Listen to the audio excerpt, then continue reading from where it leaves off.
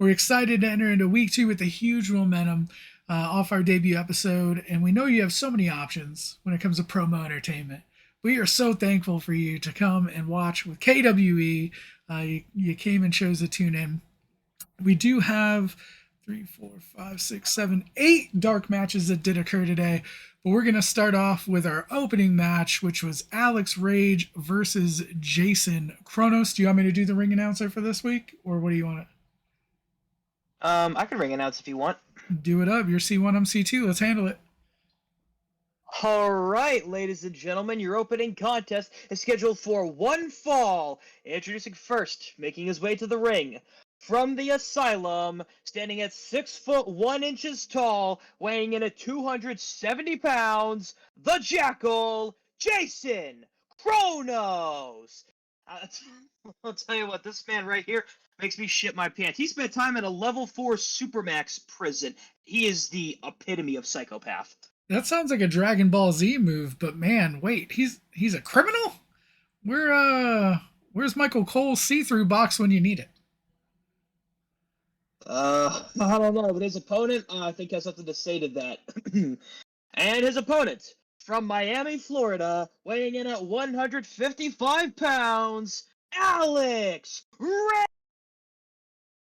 Making his way to the ring, but he's sprinting down to the ring. Alex slides under the ropes, wasting no time here. Immediately begins the attack onto the Jackal, firing vicious left and rights as the ref calls for the bell.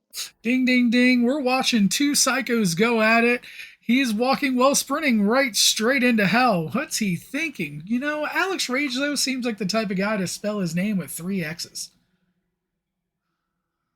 Probably. I mean, he does seem like a new kid, as is Jackal. Maybe he's just the more edgier of the two. And maybe they're just both looking to impress. Jackal now just tossing Alex to the side like a rag doll. Rage remains on his feet. Jackal with a big boot. Rage ducks it, sweeps under the leg. Look at this now. Alex climbs onto the Jackal's back. He's got a chokehold sunk in. Kronos walks backwards at immense speed straight into the turnbuckle, releasing the grip of Alex, leaving Rage sat up on the top rope. Turn around, Jackal Rage looking to fly there. Jason catches him. Holy shit, Kronos throws him straight over his head. He's flown almost 8 feet in the air. Rage landed on his feet. Rage with a sling blade. Oh, he goes for the cover. Whoa, but a kick out at 1. Rage quickly back to his feet, stomping the absolute crap out of Jackal's body. Alex Rage backs off into the corner. He could be looking for the Ragemore Claymore. He really wants to finish this thing quickly. Alex is on the move. Kronos catches Alex's boot with his hand. He pulls him forward. He hits it. He hits it. Chrono Trigger. Chrono Trigger. He goes for the 1, 2, but a kick out. Oh. Kronos looks pissed. Almost as pissed as a deranged convict, but what would that have to do with anything? I mean, he kind of is a convict. I'm actually pretty shocked he got a contract. Can we get legal on the line? I was about to say, that makes 2 of us. Yeah. Oh, I didn't mean anything by it, Kronos? I think it was him. No, wasn't me. Wait, turn around, Kronos. Ragemore Claymore. Alex Rage with the Ragemore Claymore. He goes for the cover. 1, 2, and a kick out at 2. Come on, Alex, get rid of him. Haven't you learned your lesson? This man is not here to play around. Alex is trying again now. He goes for the same corner. Surely Jackal's going to pick up on this. This big doofus ain't remembering shit. Oh, he's back up. Alex is on the run. Clip. Kronos moves away out of the Claymore. He's got the straight jacket sunk in. Oh, the straight jacket choke is in. Alex is fading here. He's fading. Come on, Rage, get up, you bitch. The ref's checking his arm. 1. Oh, and it falls. 2. No, it dropped. 3. Oh, he keeps it up right before 3. I can't believe this dude is still awake, still fighting. Oh, punch from Alex. A punch. Not a punch. Not a punch. Alex with the rebound of the rope. Sling blade. All right, a kip up from the big man. Alex hasn't noticed it. Kronos has Alex up. Chrono Trigger! This has to be it! 1, 2, 3! The ref calls for the bell. We go to the announcer. Here is your winner, Jason Chronos! If there was ever an opening contest to have me at the edge of my seat, it's this one here. That young kid had me believing right up until the end. He has even though there may have been a loss there, he has a lot of potential and he has so much fight. If this is what he's willing to do on day one, let's see what he's gonna do on day whatever. I think I gotta go. Where are you going? Uh, uh, uh. Oh, I see. Anyways, well, while my commentary partner is being killed by a convict, we are going to cut to a commercial break. Eat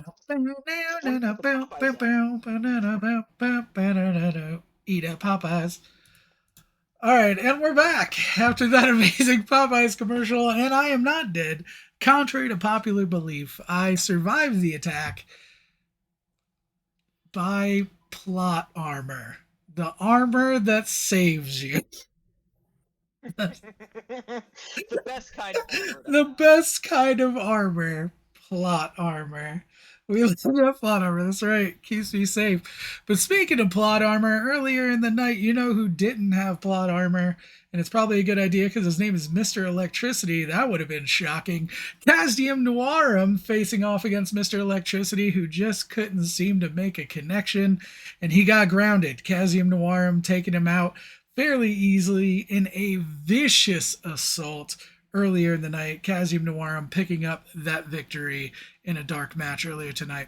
But you know what I'm excited for next? We have... What would that be? Where there's electricity, where lightning sometimes strikes, you know what you get? Smoke. And I'm very excited for Smoke as he goes off to face against Ryan Marks. Now, last week, Ryan Marks had a little bit of a few flubs. I don't know if you noticed, but it appeared as if the man had never been to wrestling school before. It was a little bit of an embarrassment on his behalf. I don't want to, throw shade live here on KWE Network. Hello. I would say hi, Mom, but she's dead, so she's watching no matter where I am. Ryan Marks versus Smoke. Let's get back to the ring.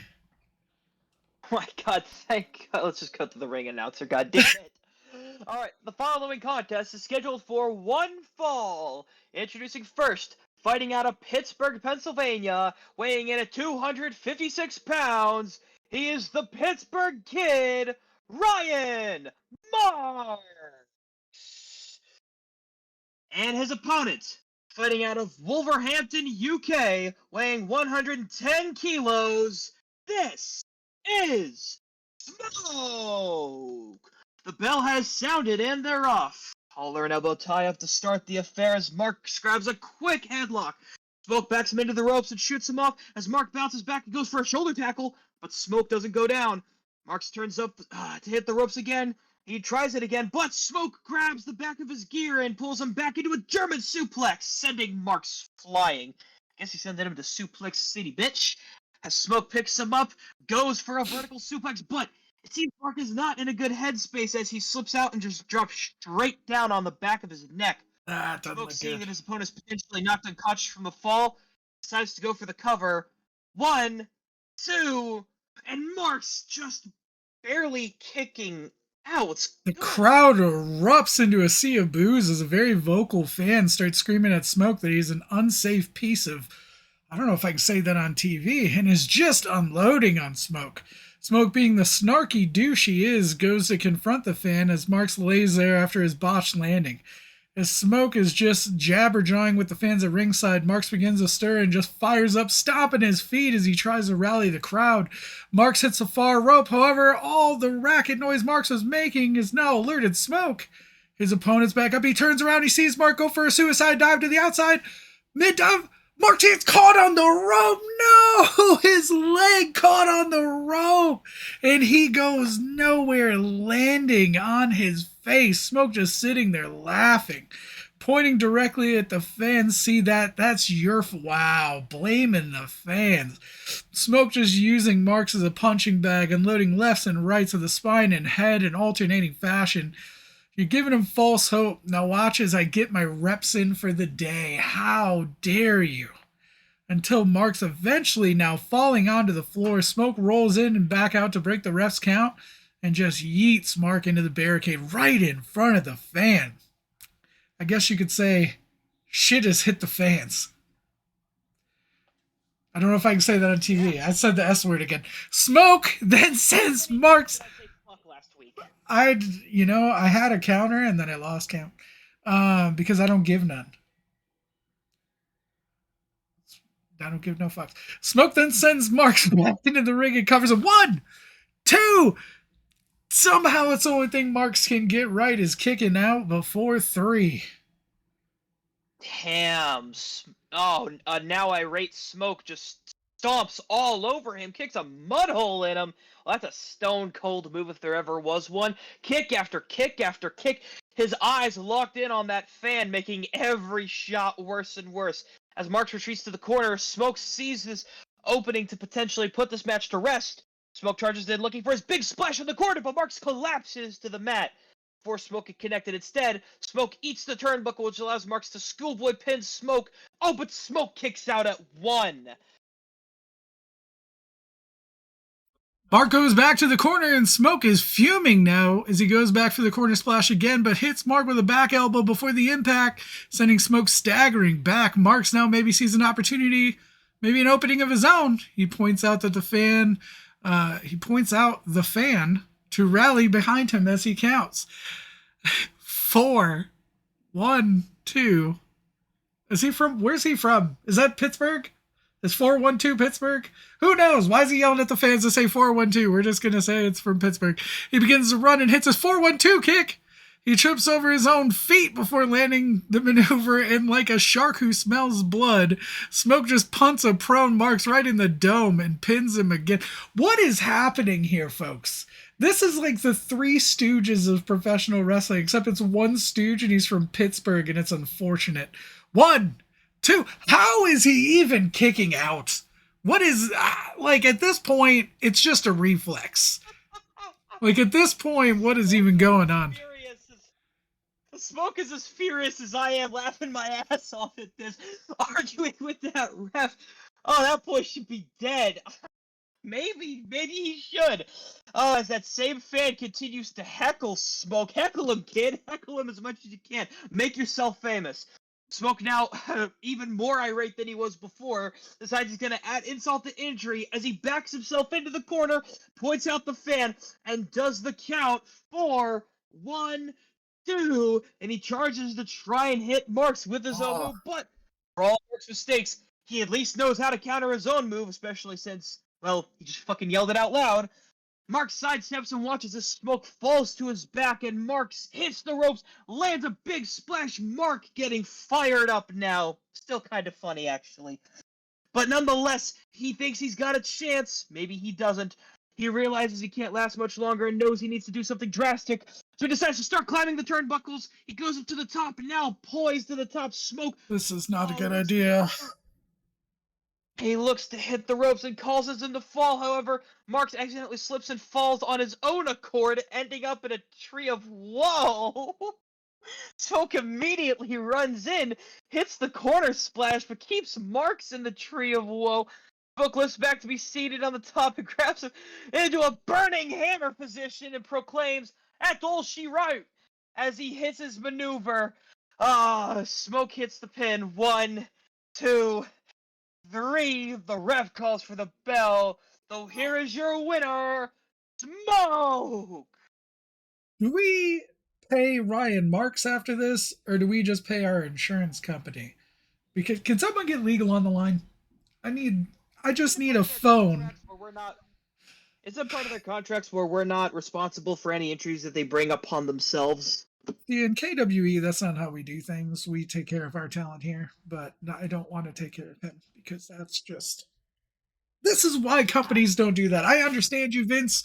Vince, I want to be just like, well, Vince, I want to be somewhat like you. I don't want to be all like you. Like 70%. Hashtag me too. Yeah, like, oh no. Yeah, 70%. 72%. Mark's fought valiantly, but it's kind of like watching a beaver take on a full grown man and just get beat up. It's a damn shame. I can't even say it was a good match. I can't even say it was a match. Can't say it was good. Smoke wins. Well, I mean, at least Smoke can say that he won. Is that a Vince compliment this commentator is weird? Wow. Twitter is annoying tonight. Twitter is stupid. It was a jab at Hugs about being on the financial level of Vince without the hashtag MeToo-ness associated with it. Keep up, kid. What hashtags are trending tonight? I want to know. Hashtag Raid Shadow Legends? No, they were a sponsor last week. This week we're sponsored by Bussies. For when Can we get the hashtag Milka trending? I saw some people doing that. Make local talent great again. Hell, let's even hashtag make local talent again. That's right. Yep, let's do it. Bussies. For when you can't quite hit the other word, you hit it in the bussy. I'll cheers you. I'll cheers you with my Popeyes Sprite. Popeyes and bussy. There we go. Why is it spicy? KWE needs that Baja Blast sponsor soon. Hopefully we can get that soon. Going back to the ring. Oh, it looks like in our sponsorship meeting, we have missed Dash Mars versus B Smooth. Dash Mars looks to have made quick work of the Smooth one. The veteran picking up yet another victory with the first KO of the night, the first KO potentially of KWE history after hitting him with a knee shot to the head. But we are back just in time to see Retro versus Chris Tyler. Let's get it back to the ring. Cause I'm like that. Well, we hear the song "Cause I'm Like That" by Smokin' Suckers featuring Logic begin to play with party-esque lights filling the arena. Though the curtain walks, through the curtain walks Retro, sporting shades and nodding his head in a cool fashion. The crowd pops. He is quite a favorite here. You into this music, Hugs? You vibing? Looks like you're vibing. It's the lights and the music, bro. Like, all right. Let's go down to our ring announcer. The following contest is scheduled for one fall with a 20-minute time limit. Introducing first, from Philadelphia, Pennsylvania, weighing in at 250 pounds, the man they call Retro. Ladies and gentlemen, we are back here on KWE TV. If you're just joining us, we are live from Indianapolis, Indiana. My name is Colton Griffin, alongside my broadcast colleague and founder of KWE, the almighty Mayor, Hugs. hey. And ladies and gentlemen, this next competitor looks to take a trip to the old school. Well, great Scott. I hope you drove your DeLoreans here tonight because this matchup is about to be 1.21 gigawatts, Marty. Electric. You just can't help yourself, can you? I can't. But enough about me. This indie crowd is absolutely loving Retro here. And it said 250 pounds from Philly, but I would say he's probably a PA 6 and weighing in at about 255 pounds. I mean, potentially, he's definitely going to get... But, regardless of how you feel about him or his weight, he's definitely gaining some traction here with the fans here in the early first season of KWE. I mean, how could you not love this guy? He's just too damn cool for the new school. You know, I'm a little old school myself. I mean, I think you put the old in old school, but that's just me personally. And I don't know. And personally, this is also really just giving more private school to me more than anything. But in any event, Retro's in the ring waiting for his opponent. Bad Man by John Cena featuring the trademark and Bumpy Knuckles begins to play. The lights begin to flash. Out of the curtain comes Chris Tyler. He stands on the stage around for a few seconds and scowls at the fans. They boo heavily. We go to our announcer and his opponent from Richmond, Virginia, weighing in at 270 pounds, or 170 pounds. They just also 100 pounds. They just... Yeah. Right before our eyes. I can't... Wow. That's phenomenal. I said 100. I said 170 pounds. I'm going to gaslight you. Oh, okay. That's fine. Now you're going to be like Vince. Absolutely. Well, much like Vince, I have the displeasure of catching up with some of my talent before the show, and you know what? I'll tell you, this guy's on a long list of KWE talent that have, just say, not come to make friends here. When I asked him what he was looking to gain out of being on this roster, he said he has nothing to gain from KWE, but KWE has everything to gain from him. Pretty Why don't? bullshit, if you ask me. I think it's at least italic and probably underlined. I don't know about bold. Well, I don't know who this guy thinks he is. But being humble will get you far in this business. He must not have figured that out quite yet. Chris walks down the ramp, talking trash to the fans and flipping them off before he enters the ring. I'm not sure we can do that. I'm not sure we can have that on TV. Can we? Can I get legal? I'll just have the boys in the back do the camera work. Alright. Alright. Well, who knows? You know what? Maybe Retro teaches this guy some respect here tonight. Well, he is from the old school after all, and the old school don't play. Ding, ding, ding. And we are underway. Chris stares at Retro from across the ring with a disgusted look on his face. Then he looks at the crowd, then back at Retro. Retro looks at him smirking with his arms spread out as if he's daring him to make a move.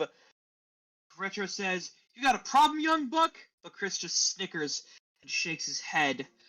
And does he satisfy us too? I guess we'll find out. And Chris over there, yeah, my problem is old washed up losers like you always want to be relevant off the backs of young studs like me. No problem though, I'll just have to run through you. Enough talking then. Come on. Retro gestures at Chris, rather, to bring it on. Like the movie? With the cheerleaders? I don't know. They begin to move towards each other as if to go for a lockup. Instead, Chris fakes the lockup and pokes Retro in the eye. Retro holds his eye in pain as this caught him by complete surprise, motherfucker. Oh my, what a blatantly dirty move by Chris Tyler. Poking Retro in the eye while going for a tie-up. Well, I guess you see what kind of dude this guy is going to be around here. You were talking about busting a move. Well, he might bring it on before he stomps the yard. Retro leans in with one arm on the rope while he's still favoring his eye. Chris approaches him, grabbing him by the head, pushing him back against the ropes, exposing his chest. Oh, what is Chris saying? Didn't see that coming, did you, old man? And I guess that you can't see it all right now, you won't see this coming either, Jackrabbit. Chris lights up Retro's exposed chest with a chop that rings through the arena. What's the crowd? What? Oh, you know that hurt. Well, hey, you know what? If he keeps up this pace of poking eyes when going for a collar and elbow tie-up, then sure enough, nobody's going to be able to see what he's capable of. Not that right. Oh, but... Oh, dare I say, Lordy Jordy, what a chop. That one might have caved in his sternum. I don't know. Retro clutches his chest, winces in pain. Chris straightens Retro up against the ropes, and again hits him with the yet another monstrous chop. The crowd goes, woo! Please, another chop. Now you can see a welt starting to form on the chest of Retro. Retro once again kneeling over, grunting at the point of impact, wincing in pain, and Chris just goes in for more trash talk. Oh, I could do this all day, Pops. What you gonna do? Chris hammers his elbow down on Retro's spine, causing him to fall to the ground. Sorry, I had a mental breakdown. Just do what I do in RKW and blame the interns. Okay. But yeah, this is just ridiculous. The only reason this kid is on top in this match is because he started off with a dirty move like that, and that is all the energy I'm giving him in my voice right now. And I don't even really have to. Do you hear how irate these people are? They have all of that negative energy for me. And the crowd begins to just boo heavily. Chris says to the crowd, "Think I care about what you think? You think I care about you love this stupid old man?" When this guy said he didn't care if he made enemies along the way here, he wasn't lying. But listen to this crowd firmly behind Retro here. And despite the cheap shot and the heavy blows, Retro seems to be getting to his feet. Oh, and the crowd is chanting, Retro, Retro, Retro. Retro begins to breathe heavily with an enraged look on his face. He hears the crowd beginning to will him on. He begins to get to his feet. Chris has his back turned, still talking trash to the crowd. He turns around to see Retro, one knee. Chris smirks and walks towards him. Damn, Chris says, how many times do I have to teach this lesson, old man? Stay down! Chris slaps Retro in the face. It has no negative effect. Seems to only make Retro more angry and maybe even stronger. Chris strikes him again, this time with a punch to the cranium. It has the same effect. Retro gets to his feet, pumping himself up. The crowd pops as we get chanting, let's go Retro, clap, clap, clap, clap, clap. Let's go Retro, clap, clap, clap, clap, clap. There was a whole nother round of it that I just felt that occurred. Listen to this thunderous crowd willing Retro on. It looks like each strike from Chris is only making him stronger. It looks like Retro is amping up. Damn right you are, partner. It's giving a little bit of Hulk Hogan vibes, minus the racism. Thankfully, Chris throws another punch. Retro blocks and returns a punch of his own, followed by a chop, and the crowd yells, what? Woo! Woo!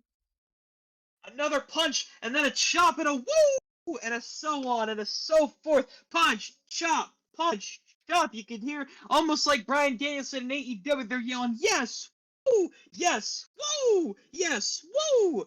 Good gracious, Retro is letting Chris Tyler have it here.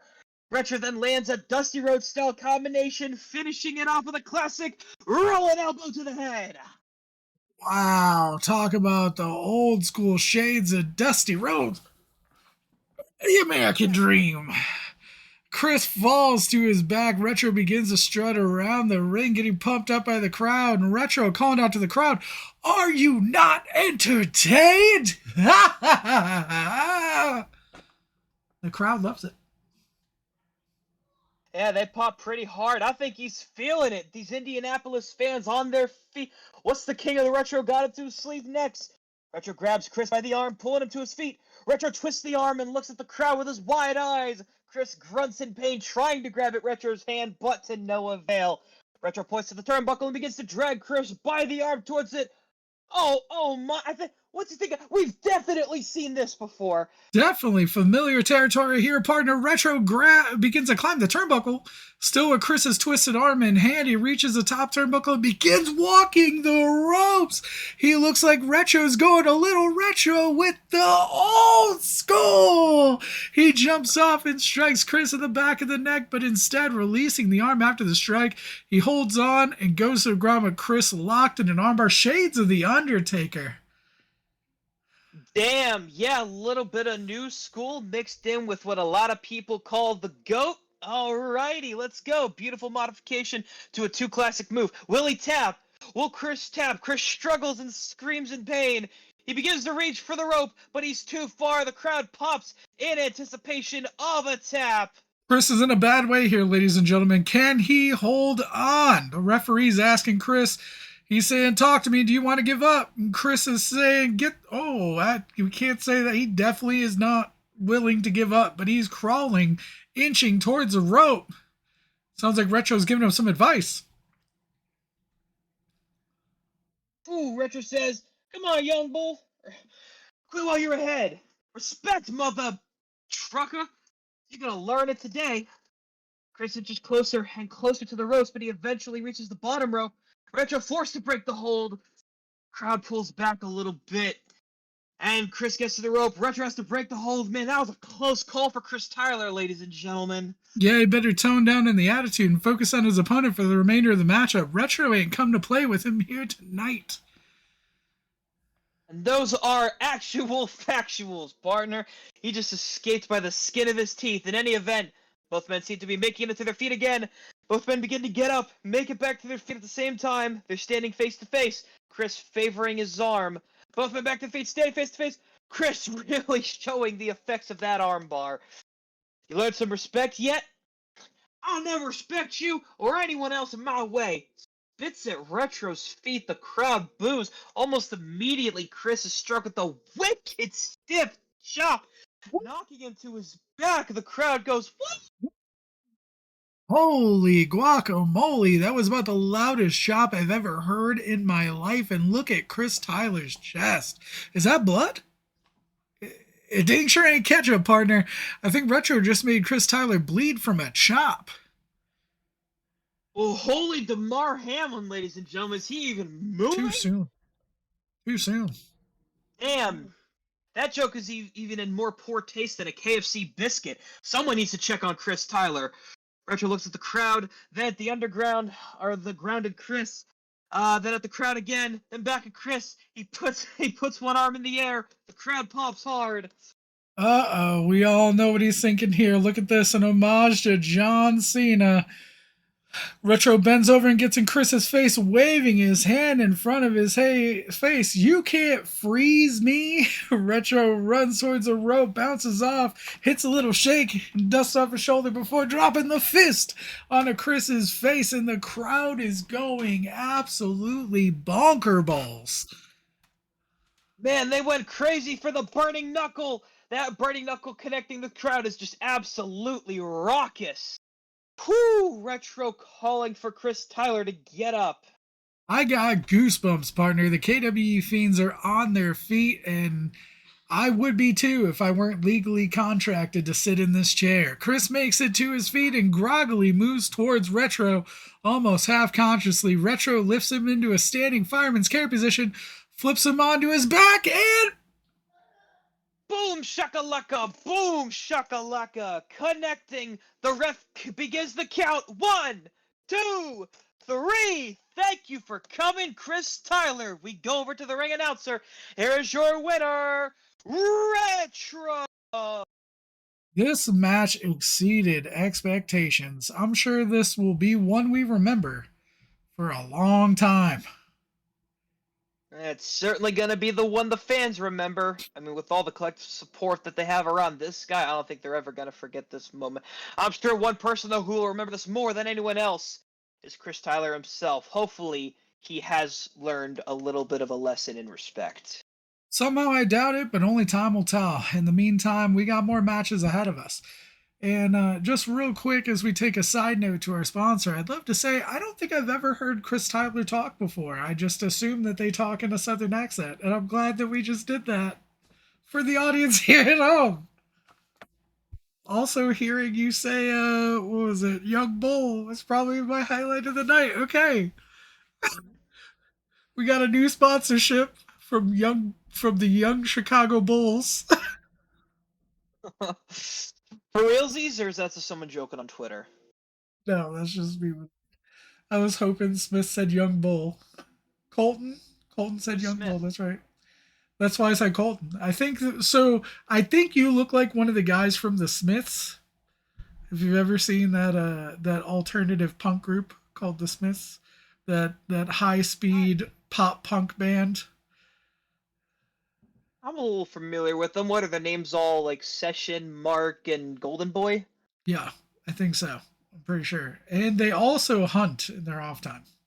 Some of them are good hunters, some of them are bad hunters. So some of them are just hunters. Like Coleman, the good hunter here, or like Smith, the retired hunter in KWE, who I heard was a part of KWE. I don't know. I'm legally contracted not to remember. Okay, so we're going to go ahead back to the ring as we get to see the debut of Diego Morales facing off against Kellen Wade Emerson, the KWE man himself, with someone new to the roster, Stephanie Blondie Blair, who's going to be accompanying KWE to ringside tonight. It looks like I find it interesting, real quick, just as a general aside, as we look through all of these, that as we're watching these matches, there's quite a few different time limits that have been assigned to these. Some a mere 15 minutes, some 20 minutes, and it appears our ring announcer has just stated that this next match is scheduled for one fall and has a 40-minute time limit. Someone's got faith in the debut rookie. Oh, let's go. Wow. Alrighty. Well, Diego Morales' music hits, and the ring announcer says, making his way to the ring, standing at 5 feet 7 inches tall, representing Brooklyn, New York, Brooklyn, Diego Brooklyn. Morales. Is he bringing the hood to you? And if so, what you gonna do? The Brooklyn native on his way to the ring. Diego Morales continuing to try and make a name for himself here in KWE. This guy's, are you thinking what I'm thinking, Hugs? What do you think this guy is? This guy's KWE's version of the Brooklyn Nets, and he doesn't stand a chance against any sort of competition. That's what I'm saying. Yeah, but I kind of get the feeling though that maybe you just don't like anybody. But Kellen Wade Emerson's music hits. As a matter of fact, I do, and here he is right now. Kellen Wade Emerson. Coming out from behind the curtain, followed closely by Blondie, Blair. Kellen planting a kiss on Blair, looking to the crowd with that amazing smile as they both walk to the ring. Stephanie, some saying, is the goddess, and I'd hold her hand if I wasn't legally contracted to another female that would kill me if I touched her. Also, you wouldn't want to do your boy Kellen like that, would you? That is factual, unless he asked me to hold her hand until his hand was available for hand holding. But hand holding is very intense, so I wouldn't necessarily want to do that. Oh, geez, good point, though, and hopefully he doesn't watch this back. But just in case, Mr. Wade Emerson, that was just in case you wanted me to do that for you while you waited for me to do that thing for you while you did the thing. Okay, I think you need to just stop digging yourself a deeper hole here. Okay. Okay. Okay. Yeah. Okay, so it looks like on the outside of the ring, Kellen is handing Blondie his coat. He can be overheard speaking with Blondie. He's going to make lightweight of this chump, and he'll be back in the car in no time. Wonder what kind of car they got. I'm curious.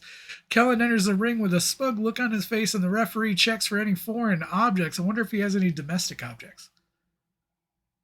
Well, as usual, he looks confident. Did you know what? I'm sure regardless of whatever car they do have, I'm sure whenever Kellen Wade Emerson is in it, it's a Ford Explorer.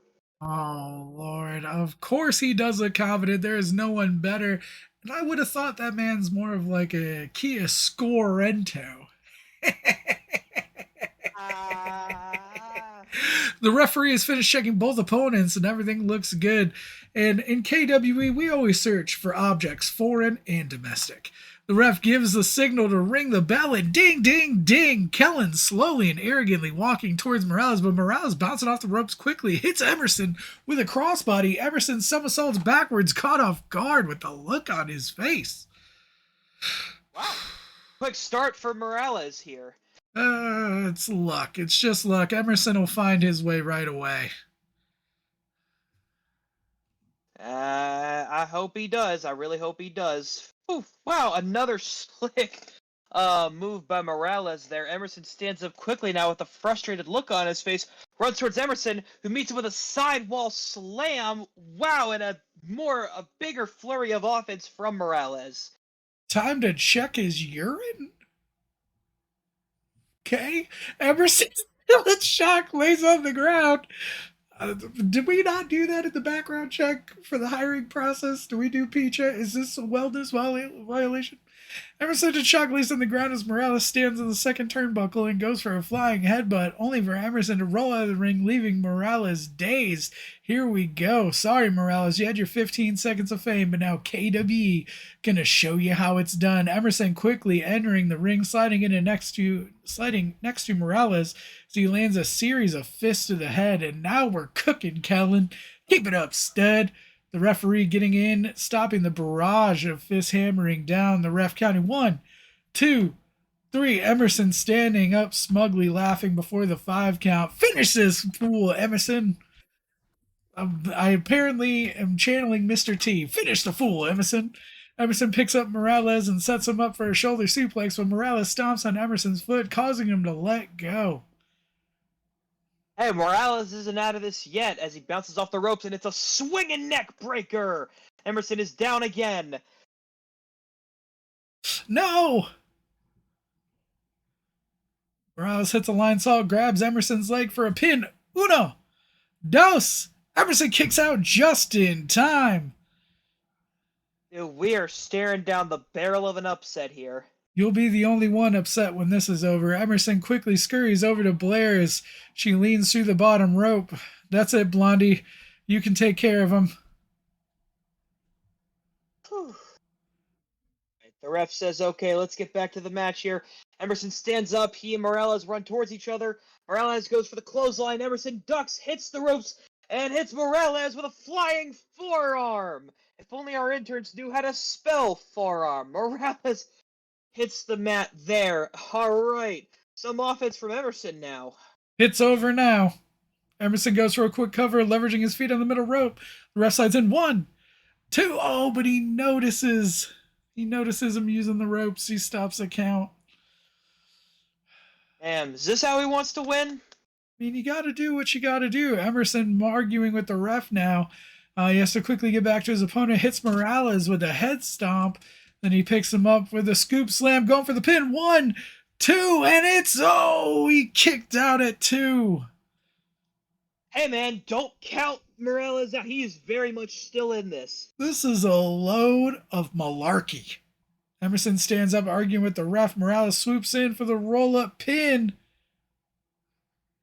Ooh, Morales with the Morales with the pin. 1, 2. Emerson escaping just in the nick of time. Morales continues to surprise Emerson. That is cheating.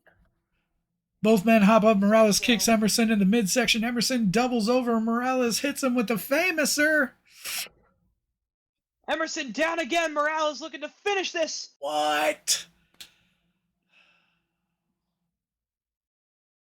Oh, all right. Oh, what's this? Oh, Blondie Blair stands up on the ring open. Oh, what's Blair doing?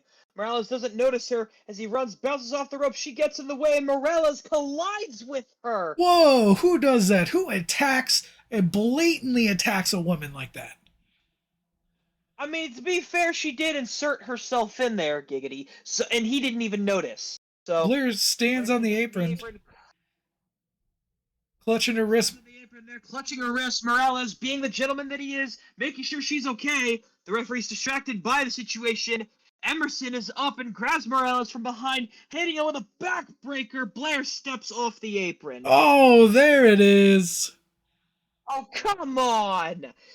Emerson hits the padlock. Morales fights for a little bit, but can no longer handle it and is forced to tap out. The ref calls for the bell. And let's go to the ring announcer. The winner of this match, as a result of a submission, Kellen Wade. What did I say? What did I say? I mean, Morales was clearly distracted tending to Blair here. Meanwhile, Blair steps in the ring with a massive grin as she raised Emerson's arm, twirling her so-called bad wrist up in the air and gestures to Emerson. Oh, and there we have it. She wasn't even hurt. Fucking cheat. Morales was robbed. How dare you? It must not have been as bad as she thought. She was a woman in pain. Oh, I'm sure she was. KWE and Blair stand at the top of the ramp looking back at Morales as they kiss each other and walk to the back. What a love story. What a tale as old as time. Makes me think of Mrs. Mayor in the back office. Hey, Kate. What's up, cutie? We need a new sponsor, and it's not going to be Trojan.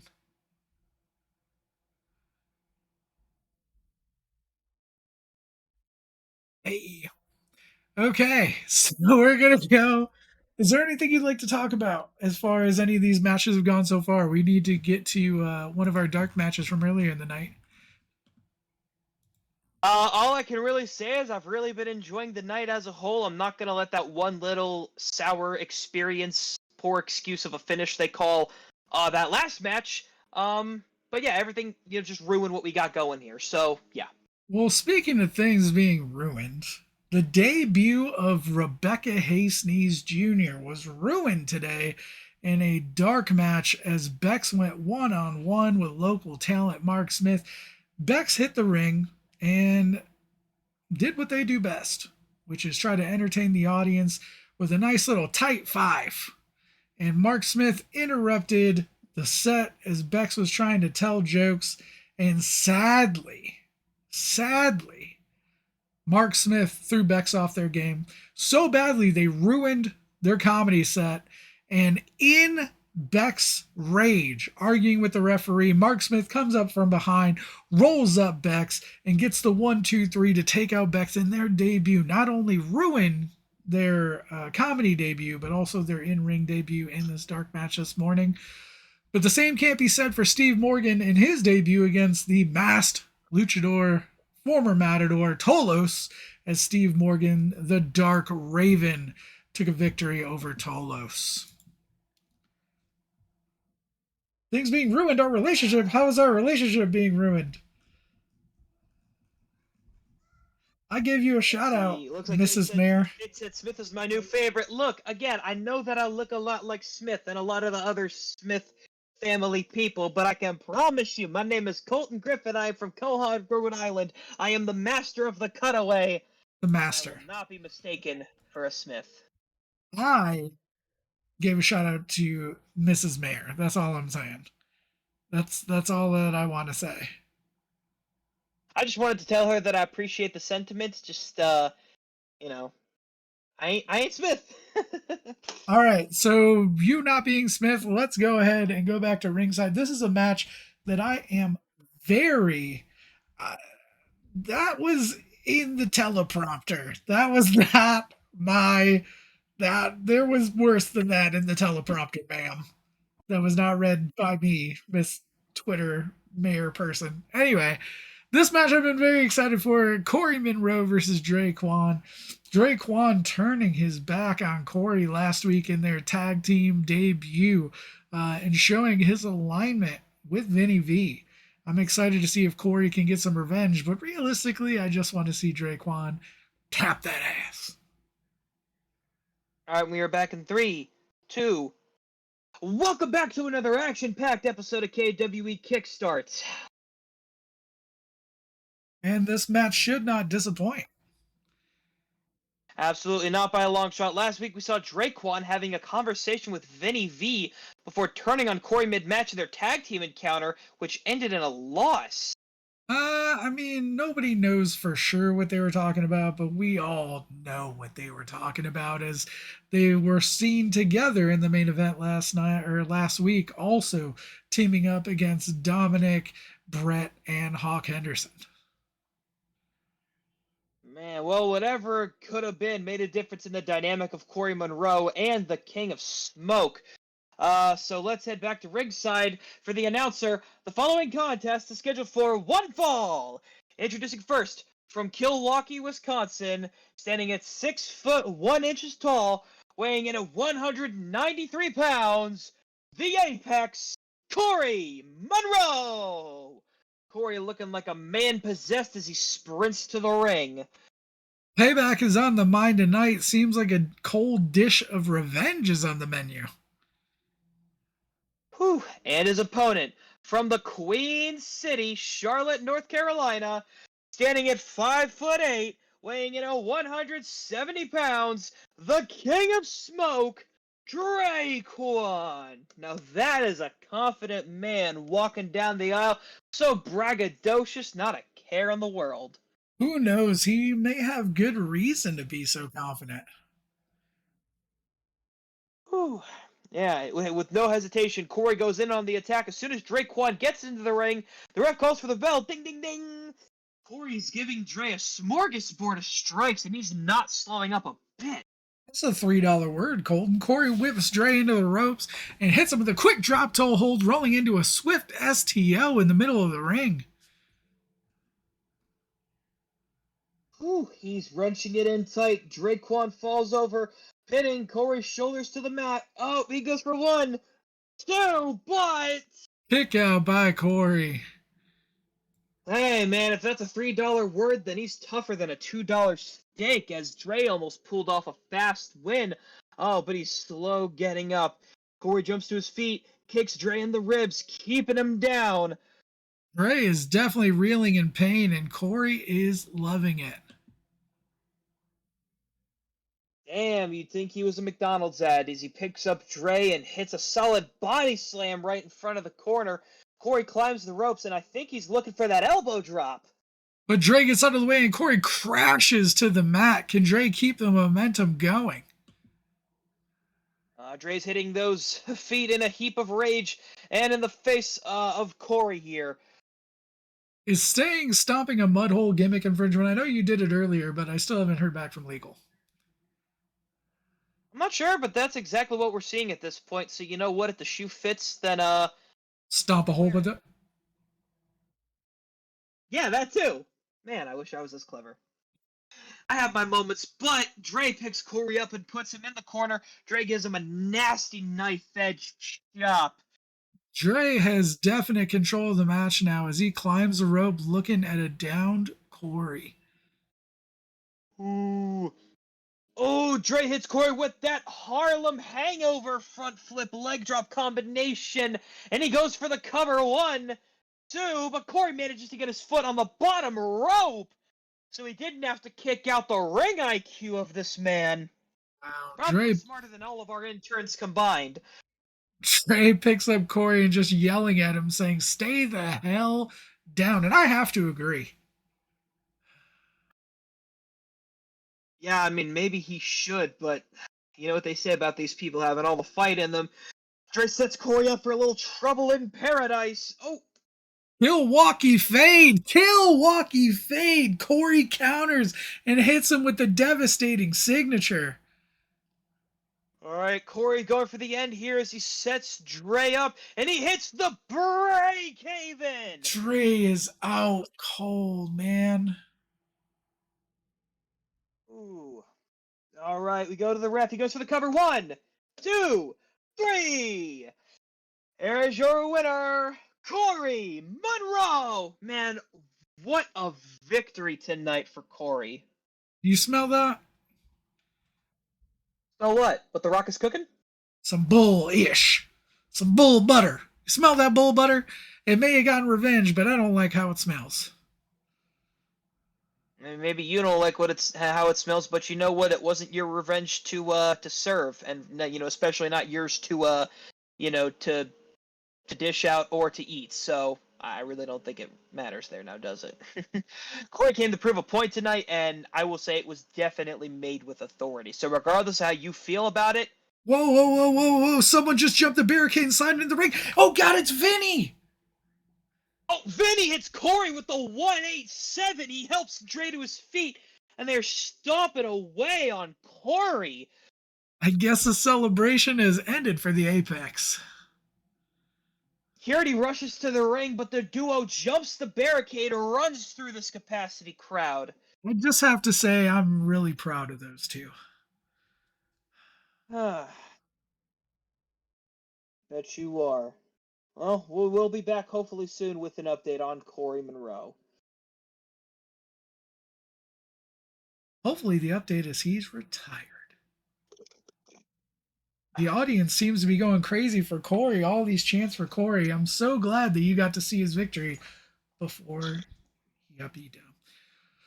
In the meantime, last week we saw the debut of Punky G's Poppy Punk Rap Extravaganza. And we're excited to see It didn't work out for him.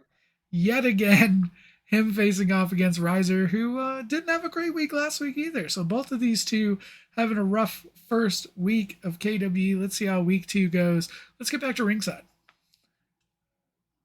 All right, let's go to the announcer. He says, the following contest is scheduled for one fall. Introducing first, weighing in at 195 pounds, Riser. I hear that Riser's location is undisclosed on purpose, so does that just make him a wannabe edgelord that's a fraction as cool as he thinks he is? Hell if I know. I don't associate with wannabe mystical mother fathers. Alrighty, well, I don't like it either, so I don't blame you there. I'll actually agree with you. And his opponent from London, England, Punky G. Jesus, dude, we got one guy who's too much of a wannabe edgelord to say where he's from on some parts unknown type shit, and a wannabe Marshall Mathers that's insecure about his own weight. Give me a fucking break. Hey Colton, it sounds like Punky G is laying down some raps for us. You want to tell us what he's saying? No, especially not after what he was gonna say last week. I don't think I will, cause fuck him. Riser, though, unfortunately lets him get through all of it as the ref calls for the bell, and the two go in for a collar and elbow tie-up. Riser looks like he has a little more strength to him as he pushes Punky G back into the corner. The ref orders Punky G to take a step back, and he does. Hey, he can actually do something competently. be so harsh on the guy, Colton. We had a talk with him last week. He knows what he did wrong, and he's ready to move on. Reiser, though, going for a gut kick, but Punky G catches it, drops his leg, catches the back of Reiser's head, and lays in a knee shot to Reiser's head. He lets go and bounce off the rope for a clothesline, but Reiser ducks and lifts Punky G up and over. Punky G landing square on his backside. Whew. Well, Reiser now picking him up, Irish whipping him into the corner. He charges at him, goes for a big Angelo Dawkins style leap, but Punky G moves and Reiser's head bounces right off of that top turnbuckle. Punky G takes this opportunity to turn around, tuck his arms underneath Reiser's arms, hits the mic drop, and he goes for the cover. 1, 2, 3. The ref calls for the bell. The winner of this match, Punky G.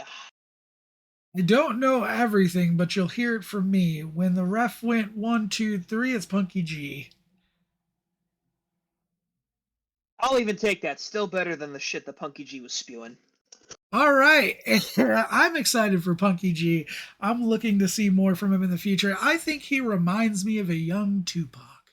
I think he reminds me of an elderly Biggie Smalls. I think he reminds me of a more attractive Cardi B. So what you're saying is he should back the fuck up before he gets smacked the fuck up. Oh, Punky G ain't nothing to fuck with. Protect your neck. Okay, so we're going to go into our first championship match of the night. We have the KWE Tireless Championship match with Emperor Nero, who has been a dominating force, against James McNasty. Absolutely. McNasty's theme begins to play over the PA system as the new KW Titantron flashes to life with his new Titantron video. Seconds later, McNasty emerges from the entranceway, top the ramp to a mixed bag of reactions from the audience. We go to our announcer. The following contest is for the KWE Tireless Championship. Introducing the challenger from Kenora, Ontario, Canada, James McNasty. McNasty looks like he's focused and ready to give our tireless champion a run for his money. You know what? I'm glad he got this title opportunity. That I think is payment enough for having to, compete against a motherfucker like Punky G. Or our tireless champion proves once again why he's indeed the emperor of KWE, and McNasty gets humbled like every other challenger. Ooh, McNasty, I don't think would take too kindly to a remark like that as he marches down that ramp into the ring with a purpose. He climbs through the ring steps in between the ropes, climbs the middle turnbuckle, and throws his fists into the air proudly. I'm not going to deny McNasty is a tough competitor. He is someone that is definitely going to push the limits of Emperor Nero, and he deserves this title match. I won't take it from him. Absolutely. But just because he's tough doesn't mean that he's tireless enough to be the tireless champion. So, alrighty. Alright, we go back to the ring announcer and his opponent, hailing from the windy city of Chicago, Illinois, by way of Rome, Italy, standing at 6 foot tall, weighing in at 286 pounds, he is the KWE Tireless Champion, Emperor Nero. Nero emerges from the entranceway atop the ramp with a confident smile on his face, shaking his head in disgust as the sound of the peasants jeering and booing his arrival. With the KWE Tireless Championship draped upon his waist, he pats it with pride as he slowly begins his march to the ring. There is only one Emperor Nero. That's right, and remember, McNasty has to beat Nero. Nero doesn't have to beat McNasty. The classic champion's advantage. Nero stepping up onto the ring apron, watching McNasty pace frantically back and forth, enjoying his over-anticipatory energy. That's a couple of like $3.50 words. Using his hand motion for him to get back, he intentionally turns his back at him, looks from one side of the arena to the other as he smoothly removes a KWE Tireless title from around his waist and lowers his head. He slings his head back up, unleashing a mighty roar at the arena here in Indianapolis, thrusting his title into the air with one hand and his fist in the air with the other. All hail the Emperor! Wait a minute. McNasty doesn't want to wait for Nero to finish his dramatic entrance. He just marched over, grabbed Nero by his hair, and yanked him over the top rope. The bell has rung. I think it's safe to say if he was a tribal chief, McNasty sure as hell ain't acknowledging him. As the bell rings and McNasty is all over Nero, stomping him and not allowing him to get to his feet. Come on, let the champ get up. McNasty stomping viciously at the upper back and head of Nero. McNasty snatching Nero, whipping him into the corner. Ooh, charging clothesline into the corner by McNasty on Nero. He's got Nero in the corner and attacks him with 3 solid knife-edge chops. After each one, the crowd, you know what they do. Woo! Showing respect for the Nature Boy Ric Flair. I feel like every match tonight is going to have some element of the chops. Just throwing the love out to Ric Flair in every single match here. McNasty now climbing the turnbuckles and beginning to land some punches in the faces. Nero, or punches in the face of Nero as the crowd counting along. 1, 2, 3, 4, 5, 6. Nero breaks up the punching spree by sliding forward, then using his strength to scoop up McNasty for a power bomb. The Emperor just powerbombed McNasty right to the center of the ring. Look at that power. After executing the powerbomb, Nero temporarily fell to his knees, breathing hard, trying to catch his breath. He hadn't had a chance to do this since before the bell rung. With his chest heaving and hair hiding the expression of rage on his face, he glanced next to him, looking at McNasty, attempting to pull himself off the mat. Resting on his elbow, McNasty rolled over to try to push him off his feet and his hands.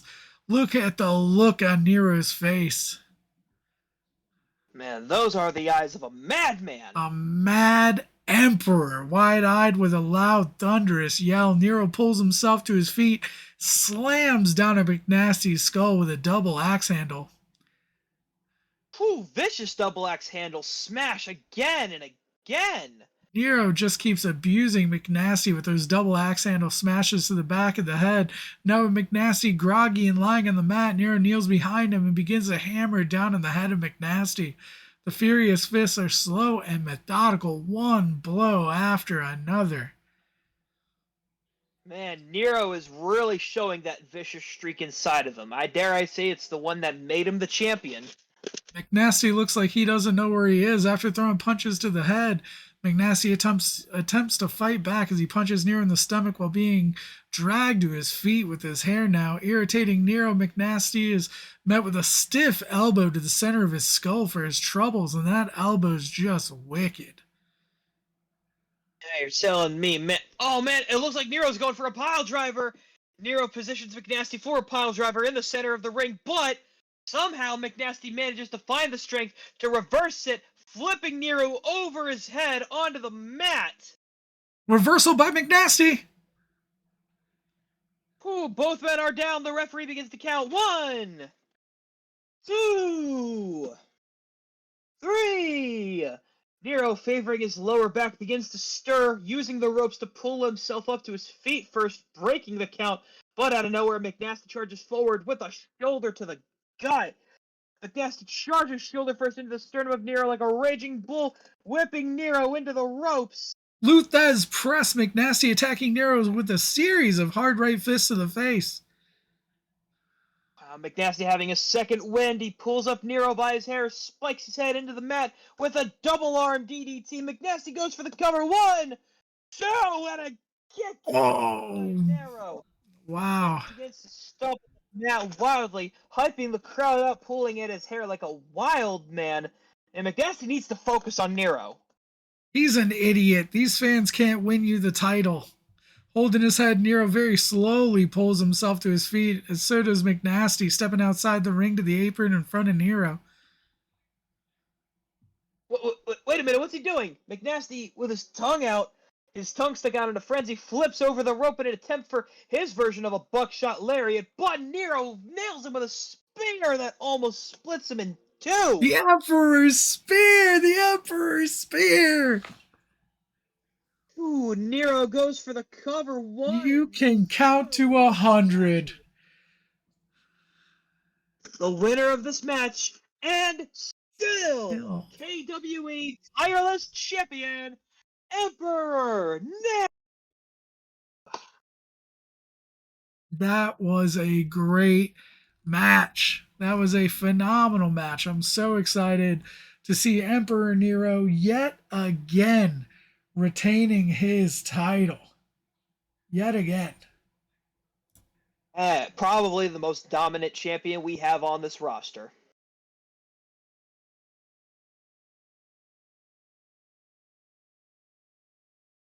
Dude.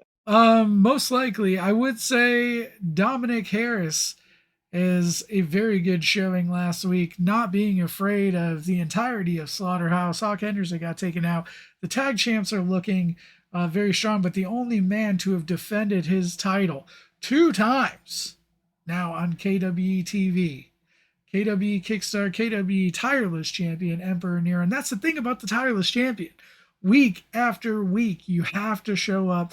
You have to put in 110% to be able to keep that title around your waist. And that's what makes them the most respected champion in the company. Speaking Absolutely.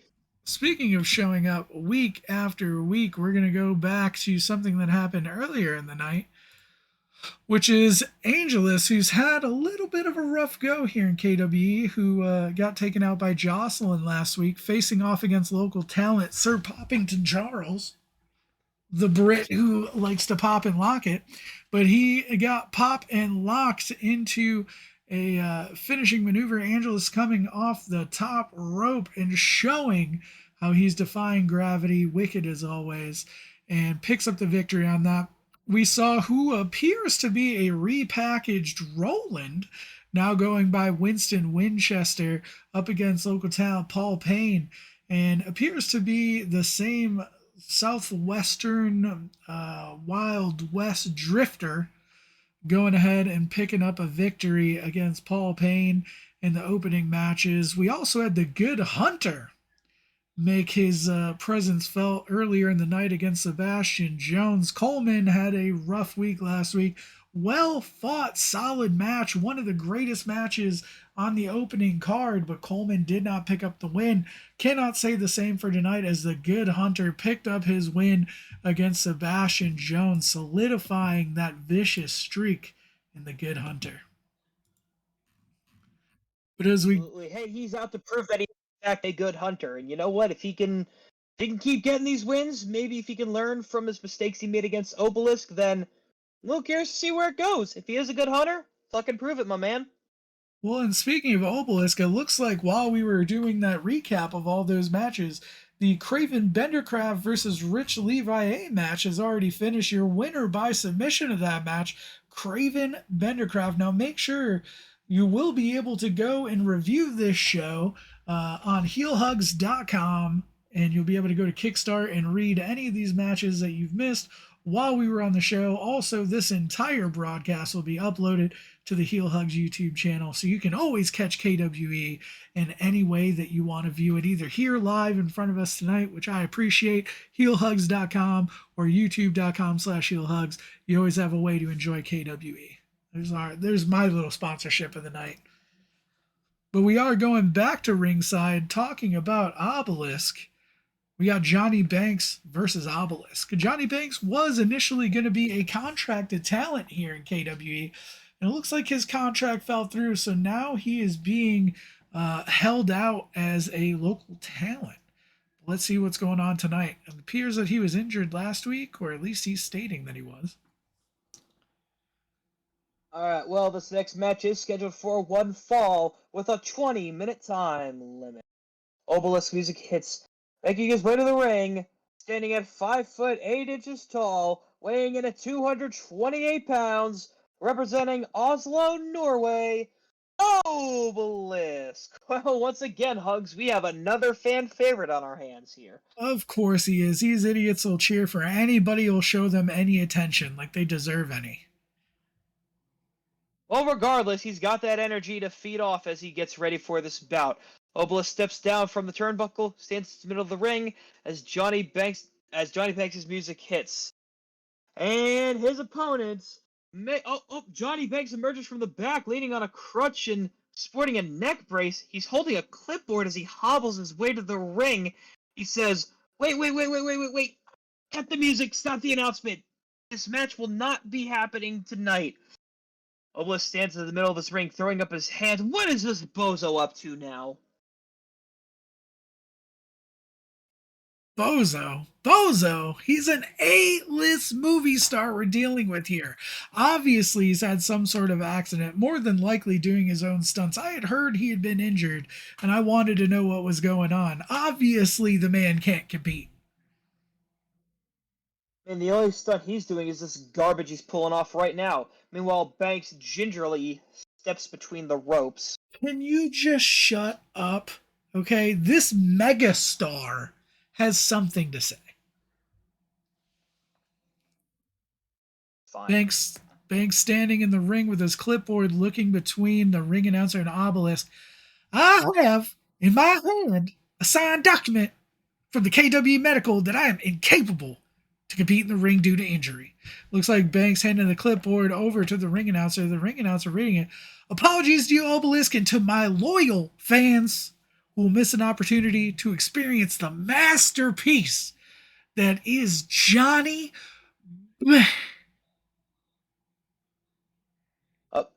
He's interrupted by the ring announcer. Excuse me, Mr. Banks. What? What is it, you moron? Damn.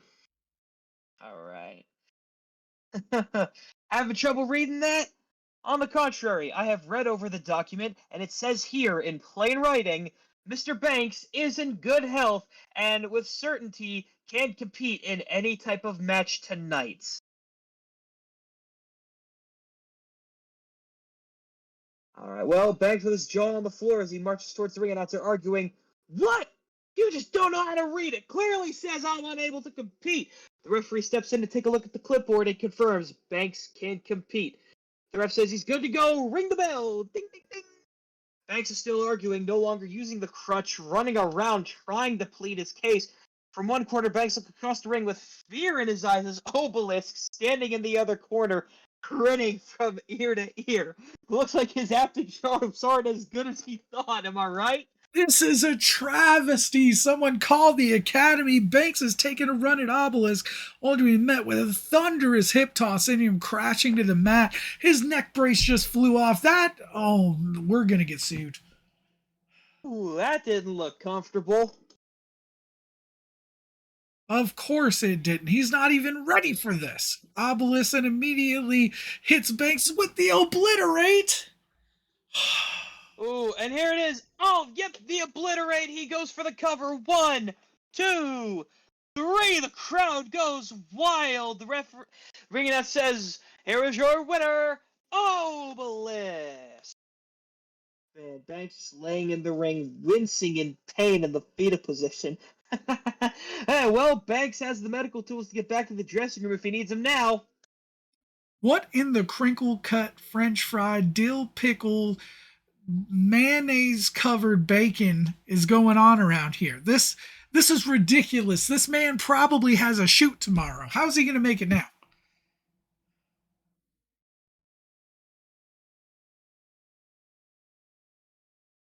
Sounds like a him problem. So As Obelisk walks back to the dressing room, greeting fans along the way, and Banks just rolls out of the ring. It looks like the most painful roll I've ever seen. so disappointed. But you know who's more disappointed? Sinseek. Earlier in the night, local talent Sinseek was taken out by Eddie Orton. Eddie Orton has been a powerful force in the KW Galaxy Universe Multiverse, I think is what we're calling it, as the fans are really backing Eddie Orton today, cheering him on until he hits Sinseek with the VKO out of nowhere, shades of someone named Randall, and laid him out, taking the victory. We also had KWE penultimate champion Dominic Harris facing off against Harry Cox in singles action, and the penultimate champion was able to handle all of Cox and take him all the way, and he forcefully thrust Cox to the mat, pinned him, took the victory. If he thrusts the cocks too much, does that put him in a Courtney of law? You know, I want to say that's a bad joke, but it's a good joke. So I can't say that it's a bad joke. But you know what is a bad joke? The travesty that is Bailey McLean thinking that he has any right to say Patty O'Shea is below him, is beneath him in any way. Because Patty O'Shea has shown that he is one of the best in KWE, and I'm excited to see them match up yet again. Well, smoke builds up on the stage as Bailey McLean walks through the smoke with an armful of flat caps. He's just throwing into the crowd while yelling, "You get a flat cap! You get a flat cap! And you get a flat cap!" Where does he get all these flat caps from? The toilet store? I have no idea, but KWE certainly isn't buying all of them. That's for sure. We can't afford that. That is not in the budget. As the mayor of Keeperton, I keep a tight budget and a tight butthole. Alrighty then, well, we'll kick it back to our ring announcer. The following contest is scheduled for one fall, making his way to the ring from Yorkshire, England, weighing in at 250 pounds, the Governor, Bailey McLean. The announcer yells before getting a flat cap to the face. Bailey steps through the ropes and gets on the top rope to tip his hat to the crowd before chucking his hat into the crowd. And suddenly the Titantron turns green with the words Patty O'Shea appearing on it and walks out Patty with a bottle of Bushmills brewed whiskey to a shower of booze. Now last week Patty showed us that in the face of desperation he's willing to try some underhanded tactics to get ahead. So, yeah, that's true. And it got him disqualified. So if he wants to use those desperation tactics, he's going to have to be smarter than to low blow Bailey in front of the referee. Because you should never do it in front of the referee. You got to think smarter, not harder. And his opponent, the announcer says, only to be cut off by Bailey sliding out of the ring and immediately clotheslining Patty before mounting him and raining down punches. Bailey grabs Patty's whiskey, takes a swig before putting the bottle on the ring steps. He turns back to Patty only to get forced back into the edge of the ring apron.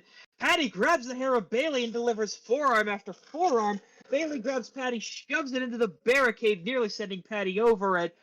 Oh, no love lost as they both brawl like wild fucking animals on the outside. Bailey wants this pound of flesh for Patty punching him in the dick last week.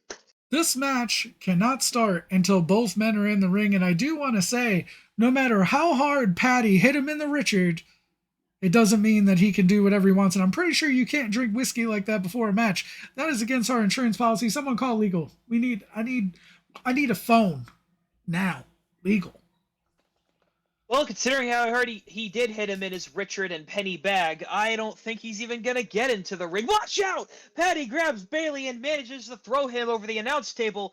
Patty then takes the flat cap off of the young man in the front row, puts it on, gets into the ring to do a mocking tip of the cap to Bailey. He then takes off the hat and rips it up, leaving the young fan in tears. Jesus Christ, it's like he's Sasha Banks at NXT TakeOver here. Bailey manages to recover, gets into the ring, the ref calls for the bell to be rung, and they both start trading more blows. Seems like the idea of actually wrestling has gone out the window here. These two just want to beat each other to death. Dare I say, big meaty men slapping meat. Hopefully none of them die because I can't afford another lawsuit. Bailey hits the ropes and runs at Patty for a shoulder tag, but Patty catches him and delivers a belly-to-belly suplex. He then springs up and drops a standing elbow to the head of Bailey. Patty picking up Bailey and going for a suplex, but Bailey plants himself, grabs Patty's arm, and pulls him into a brutal headbutt, causing Patty to fall to both knees in a daze. But Bailey doesn't let go of the arm. Instead, he forces Patty into a thunderous Olympic slam, which Bailey immediately transitions into an armbar, and Patty is screaming in pain. Bailey got the armbar in. He's looking for an early end to this match. Damn. Wow. Right then. Let's see. But Patty manages to pull himself towards the rope and put his foot on them to break the hold. Bailey doesn't let go, however, until the very last second. Oh, but Patty's able to break it up. You gotta wonder about the damage that caused was caused to the arm of Patty, however, especially considering how Bailey didn't even immediately break. Without the arm, Patty can't do a lot of his signature moves. Bailey climbs to the second rope, but Patty manages to climb to get up and catch Bailey with an uppercut, stunning Bailey as Patty lifts him up onto the top before climbing up himself and trying to go for a superplex, but Bailey headbutts Patty, shoves him off the rope, sending him crashing to the floor. Bailey stands on the top rope and turns himself. He leaps off into a moonsault, but Patty manages to roll out of the way with Bailey crashing and burning to the mat. Man, none of them got what they wanted from that top rope. I mean, that's why they say it's a risky place to be, because dude, one wrong move could end a career, and if it could even end this rivalry before even they want it to be ended, if they can't even fight anymore. Patty grabs Bailey, hits him up onto his shoulders, hits a sit-out powerbomb onto Bailey, and puts his feet on the shoulders to pin him down. 1, 2, the ref count, but Bailey kicks out at 2, frustrating the Irishman. That's the look from last week, the anger when things don't seem to go his way here. He better calm down or else he'll end up getting disqualified. Or play it safe and use the anger in a smart way. Patty lifts up Bailey, locks him in the guillotine, chokes on him, the same move that caused him to snap last week, but Bailey manages to transition out of it and lock his own guillotine choke in, which Patty immediately panics about, rams Bailey into the corner, causing him to break the hold. This has been such an even matchup, both of them refusing to give each other any advantage for too long. They're battling out like Irishmen and Englishmen. Man, or like Irishmen and Scots, or Englishmen and Scots, or Welsh people and Scots. The point is, fuck Scots. Because that's exactly what they are. It's a very fitting metaphor, I just had to say it. Patty turns his back to Bailey to catch his breath, but Bailey quickly climbs up onto the middle turnbuckle, jumps off and plants Patty with a diving bulldog. Patty holds his head and rolls out of the ring, trying his best to catch his breath, but Bailey follows him out. He runs at Patty and delivers a massive spear, sending them both through the barricade. Jesus, these two will not stop until the other one has just been obliterated. Bailey with a spear to Patty through the barricade. It's mass destruction, and the crowd are loving it. They are chanting, "This is awesome." And we agree. This is awesome. Bailey manages to get up, pull Patty over to the announcer's desk here. Oh, whoa, whoa, whoa. He's trying to tell us to get out of here. What are we going to do? What are we going to do, Colton? Bailey grabbing Patty's waist and gut-wrenching him up into a powerbomb through the table. Oh, my God. Right here through the table. Oh,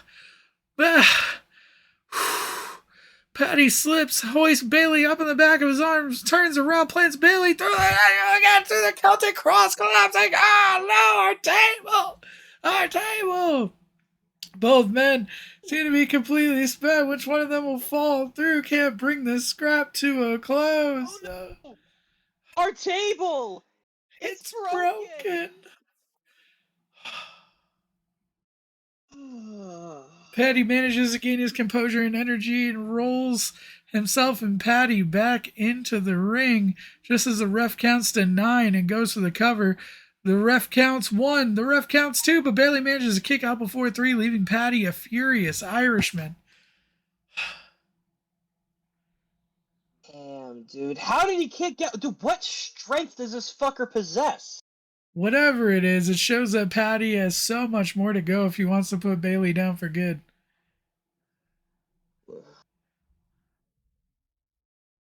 Patty lifts up Bailey and hits the 3 Irish curse backbreakers in a row, then tries to lift him up for the Celtic cross, but Bailey turns around, lashes onto Patty's back, and locks in the coquina clutch.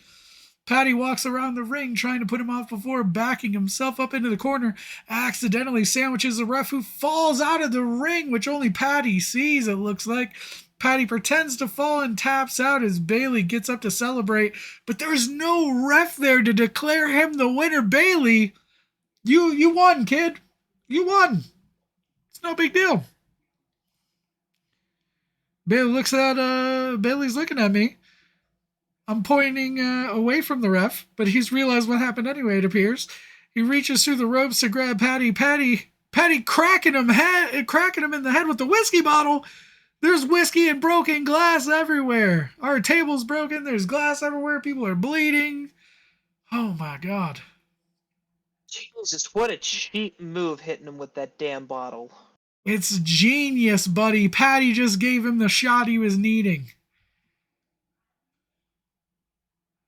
Well, Patty gets into the ring, picks up Bailey, drops with a thunderous Celtic cross. He goes for the cover as the ref rolls back into the ring and he counts 1, 2, 3, and the bell rings to fan outrage. The winner of this match, Patty O'Shea! As Patty rolls out of the ring and walks up the ramp, celebrating as Bailey is unconscious with blood pooling around him. What a phenomenal but insane match. We need a new table. We need people to clean up this glass and this blood.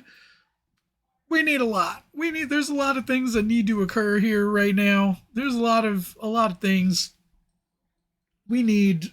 Damn, well, you know what? I hope I have enough time to go refill my drink as they go ahead and clean all this bullshit up. I hate to be that guy, but I'll be back in just a moment.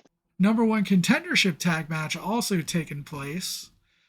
And the winner of that tag match going on to face the tag team champions at the pay-per-view is going to be Animal House. So it was Animal House versus the Bros of the Decade. Animal House picking up that win when Jim Hogman got the victory. Make sure to go check these out on heelhugs.com. The full show will be available to read, and I'll have links to that in the Discord as well. But it looks like we're going to go back to action. Are you ready to go back to ringside, Colton? Sure am. I filled my Popeyes cup with some water and I'm ready to go. All right. Well, while we're doing that, we are going to go ahead and check out something that has been building since the main event last week. One of the matches that's the most anticipated of this week. Brett Starks versus Vinny V. Whew. Alrighty then, well, let's go down to the ring announcer. Following contest is scheduled for one fall with a 15-minute time limit. Introducing first, fighting out of Rushden, UK, accompanied by the KWE penultimate champion Dominic Harris, Brett Starks. Dominic Harris pops through the curtain with his KWE penultimate title across his shoulder, and he holds the curtain for Brett to showcase the British star. Is there even such a thing as a British star? British people, whatever. Both men make their way to the ring and wait inside as the crowd keeps cheering. And his opponents, battling out of Birmingham, Alabama, accompanied to the ring by the King of Smoke, Drakewan, the Masterpiece, Vinny V. Vinny and Drakewan appear in the audience, making their way to the ring, and as Vinny jumps the guardrail, static hits the KWE mega screen, showing KWE General Manager Joey Styles. Is Joey Styles gonna speak on this himself? I don't believe Joey Styles. Joey Styles knows what he's gonna say, right, Joey Styles? Joey Styles does know what he's going to say.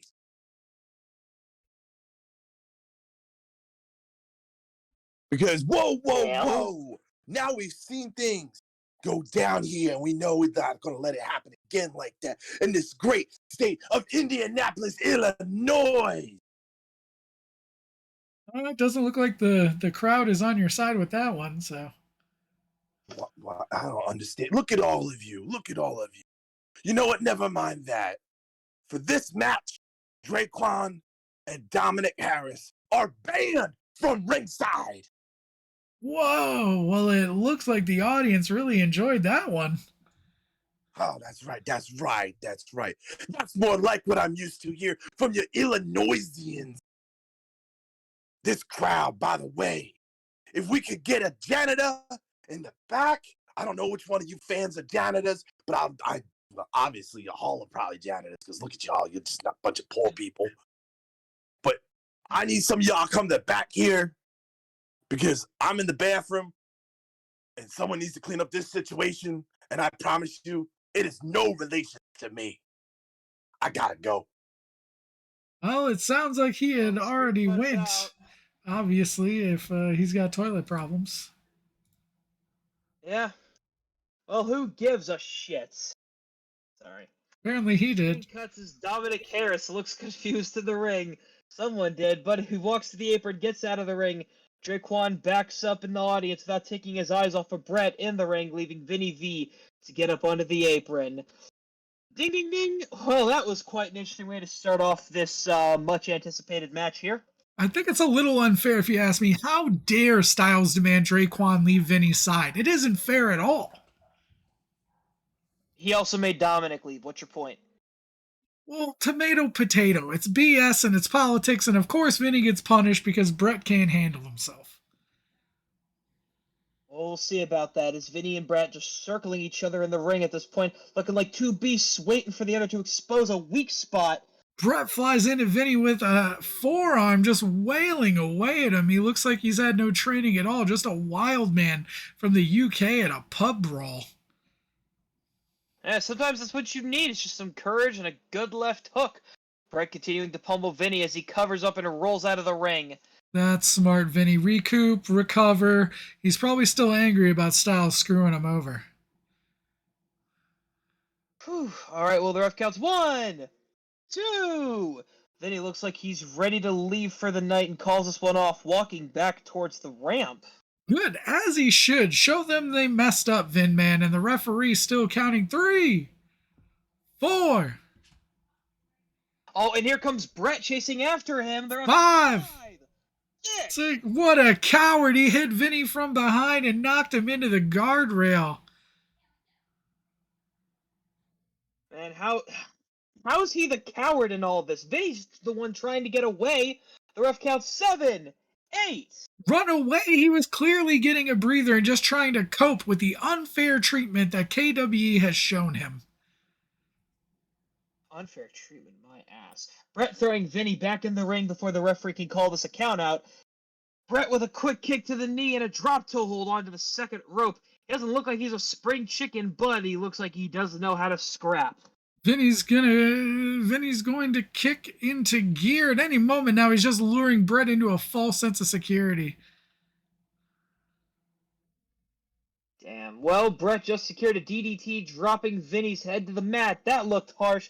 Brett rushing over to climb the ropes, but he's taking his time getting up there, and Vinny back to his feet. Ooh, hit the rope and drops Brett on his tea and crumpets. See, that's what you get. Vinny gave him an opportunity to get some offense, and Brett messed it up. Vinny climbing up the ropes now to get a hold of Brett, and superplex using Brett's own finisher against him. Brett comes crashing down like his career should have so long ago. This is only our second show. Yeah, but like he probably wrestled somewhere else. I don't know. I mean, fair enough. Oh, but and it shows as he kicks out with a 2 count. Brett is nowhere near finished. Vinny pulls him to his feet. Vinny with a big chop to the chest, and man, that echoes through the arena here tonight in Indianapolis. Vinny's chest, Vinny. Wow, Brett taking 2 more savage chops to the chest before finally blocking one and returning to some fast-paced chops of his own, laying down a few knife-edge chops, pushing Vinny into the corner. Brett drives his shoulder into the midsection of Vinny V, tries to pick him up to the top. Brett looks like he wants to go for the strike force and hits Vinny with a superplex of his own. Vinny smashes him right in the face with the left foot, though. Kick his ugly mug right off, Vinny. Yeah, looks like Brett got a lot of that boot. He's busted open from the mouth. Vinny hops down and cracks Brett in the face with a jab, a hook, and another hit to the head. Basement dropkick, drive by! Drive by! Oh, Vinny hooking the leg.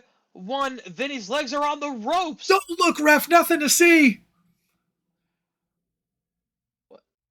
2, 3, ding, ding, ding. Oh, Brett looks absolutely livid. Vinny just stole this match. It's a smart move from a smart man. Everything he does is calculated.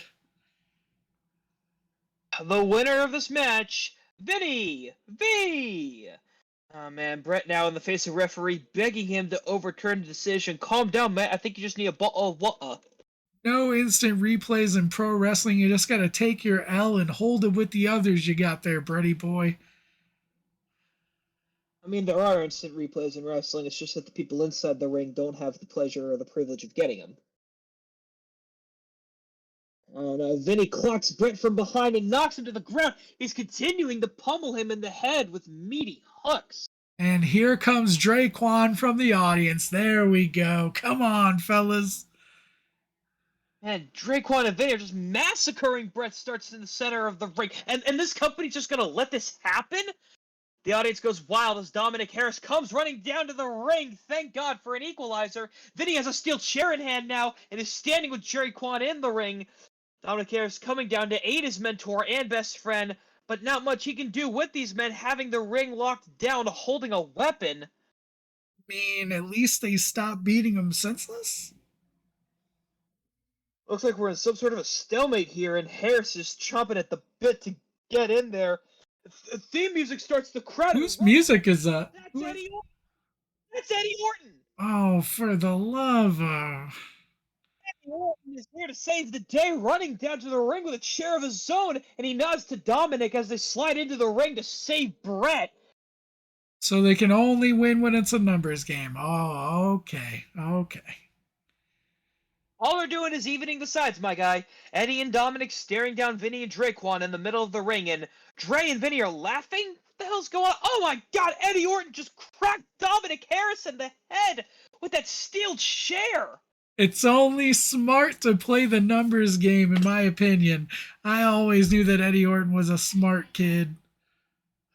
Eddie Orton and Draquan now holding up a woozy Dominic Harris, forcing him to watch as Vinny V cracks Brett in the head with a steel chair and continues to wail on him with the crumpled metal seat. Oh, the refs and security are all out here, yeah. They need to get this under control. We'll be right back. We gotta cut the commercial. Love that chicken from Popeyes. Louisiana. Actually, you know what I did love that chicken from Popeyes. It was actually my first time having them. They were pretty really? damn good. I thought so, yeah. Have you ever had these Oreos that are like the mega stuffed Oreos? They're like the most Oreos. I have not had the most Oreo ones, but I am familiar with Mega stuff. Well, these are like, hold on, I'm about to show you. They're like cookies and like, look how stuffed that is. That's like, this is gonna be a sponsor. I'm gonna eat. Oh, look at the amount. It's so much. Damn.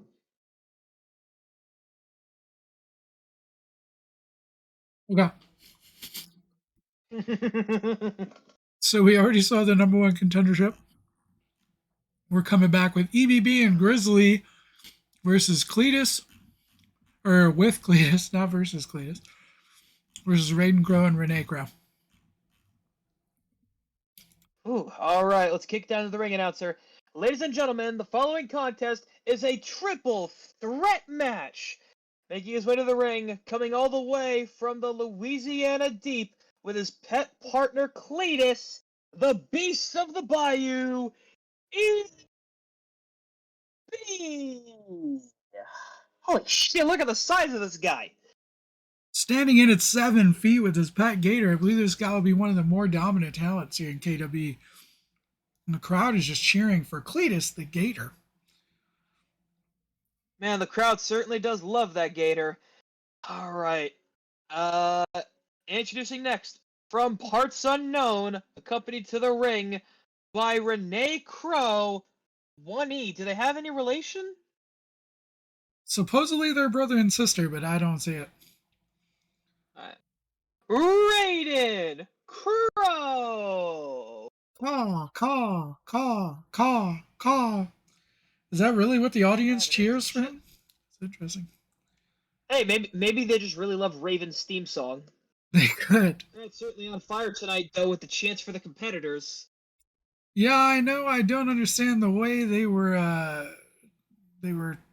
chanting for this group because they all had some weird altercations with Smoke last week, and I hope they can resolve any issues going forward into the triple threat match. And their opponents from Forks, Washington, the Bear with the the Bear with the Grizz Lee. Oh man, at 6'2" and 365 pounds, he's probably got the best chance of going up against EBB tonight. Hold on, we're gonna go to break, and we're gonna come back, because this wasn't a triple threat match. This was a singles match, but I believe that something got messed up by talent relations. So we'll need to take a look at this. Someone get legal. Get legal on the phone. Get legal on the phone. We need to get legal. It was the interns. Always blame the interns. We're gonna blame the interns on this one. We're gonna blame the interns on this one. We're gonna go back. Phantasmo absolutely dominates Jack Saban as well. Let's go to the KWE Explosive Championship match. We're gonna do that. Misty Swalt. Yep. Alrighty then. So we got Dr. Carmichael Pierce versus James Thomas Smides. EBB picked up that win in that singles match. Good for EBB as the camera pans to the crowd, showing a rowdy Indiana crowd cheer. KWE! KWE! KWE! Ladies and gentlemen, the following contest is scheduled for one fall and is for the KWE Explosive Championship. Ooh, a theme song that sounds like the Nexus theme from the 2010s WWE days begins to play. James walks through the curtain and onto the stage. The crowd cheers. He looks around with subtle tears in his eyes, soaking in the moment. Introducing the challenger from London, England, weighing in at 240 pounds, James Thomas Smides. Ladies and gentlemen, we got championship action here, and what an opportunity for James Thomas Smides here tonight. Yeah, you said it, partner. After an interesting start in KWE, having a backstage brawl, breaking a door in the Performance Center, taking a quick loss to DT on last week's kickoff show, the man who likes to call himself Tom is looking to make a better impression starting now.